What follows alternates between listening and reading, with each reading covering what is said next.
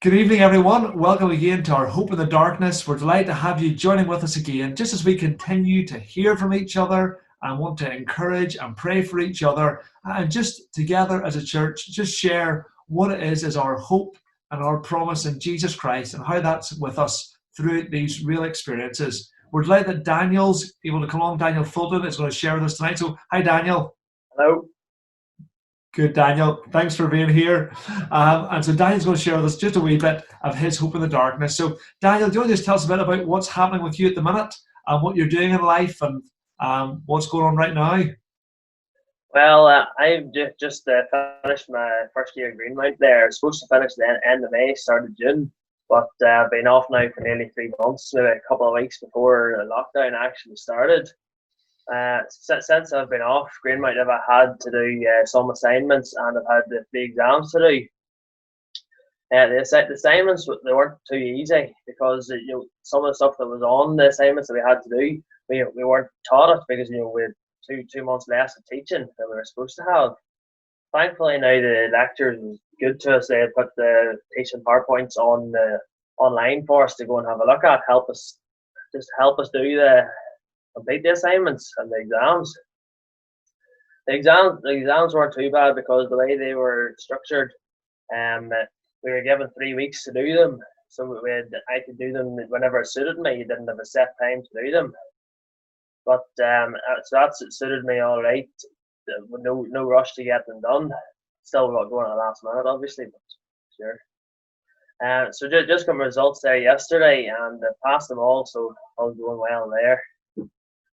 Thankfully now the coronavirus hasn't affected us too badly. But we've been working our way out of the farm, getting plenty of stuff read up around the farm and the house. So out doing stuff I enjoy all day, which is good. The weather's also been great. I mean, we can get outside, get plenty of work done around the farm and around the house. So, like for lockdown for me, it's pretty much just been a big summer holiday because I've just been doing everything I usually do over summer holidays. Apart, the only thing that's different is that you can't get out to church or anywhere else to see friends or family. I've missed seeing everyone at Greenmount, the church, and the CU. It's been hard as well because I was supposed to do a year's placement now this incoming year, but it's not quite sorted yet just with coronavirus and all. So I'll have to try and work on that, get everything sorted. But hopefully I'll still be able to get away somewhere. Yeah. I mean, so thanks, Daniel. Thanks for sharing with us about the realities that there's been some things that you're thankful for and some things have been good and some challenges as well. So really glad to hear that the exam results have come through and that's Yeah, the first year passed. So that's me done first year.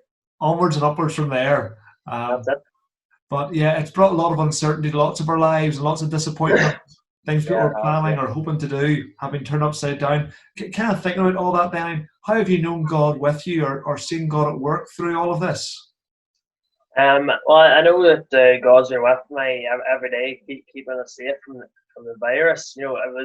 I was worrying at the start whenever all you heard was on the news about this massive amount of people dying and all the amount of people testing positive for it. It was scary. But whenever at the very very start, whenever it was over in China, you didn't really think much of it. But then once you hear about it in Belfast, you start to get worried. It starts to get real. And if me, your dad, or Nathan get sick, who would be able to go out and do the farm work? So I know God's been with us there, keeping us all safe, helping us to be able to get out and do the work. So I'm very very thankful that God has kept us safe over this period of 3 months or whatever with the lockdown. God, He's also blessed us because we've been able to work almost as normal throughout the lockdown. Obviously, the things have been different, like running into the shop for things or into the town to get supplies or whatever. But it just takes a bit longer with the queues and having to pay for everything and sanitize your hands. We've got strange all the time and wearing gloves. It's not normal. But thankfully, we've been able to get everything we need and keep going. it's different as well. Not having Grandad down at the farm, wee bit more to do, but at least he's staying safe. He's still managing as well. So very very thankful that we've been all managed to stay safe so far. Anyway. Great, Daniel. And I guess then, just a kind of final question. We're sort of thinking towards the future, and I know the whole country is kind of hoping that there's going to be some more easing. But if you're looking back at what we've been through and looking ahead, how do you think this time will have changed you, or how do you hope it will maybe have changed our country when we look back in years to come?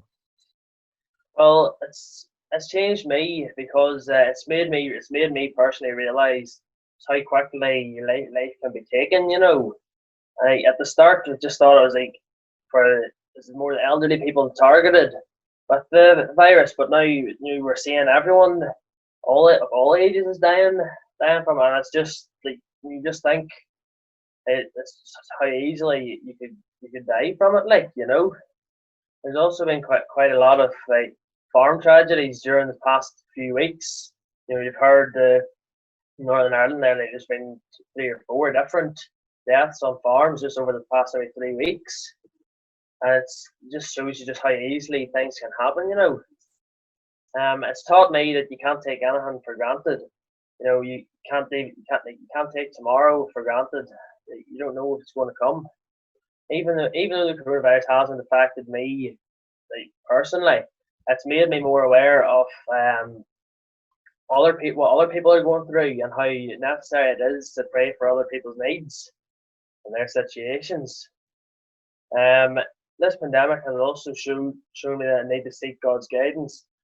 Very easy to forget, but like this whenever everything's going to plan.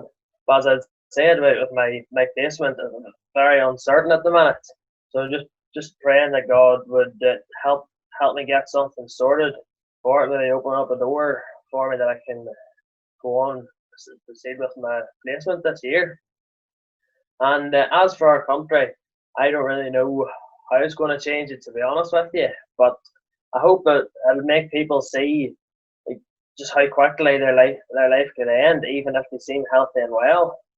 And I hope that with churches and all being closed and everyone putting up services on Facebook and YouTube, everything, people sitting inside all day, you'd hope that they would maybe go through Facebook or something, stumble across this service, maybe they click into it and watch it, and maybe hope that they would realise that they need Christ as their saviour. That's really helpful. Thank you for sharing with us. And we just do want to continue together to remember all of those people who've gone through those times of tragedies that you mentioned that have shocked us all. And so often it is tragedies or things whenever life gets turned upside down, it's not what we expected. But we realise that actually that we're only very small and that God's the one who is in control, and we need to trust our lives into his hands.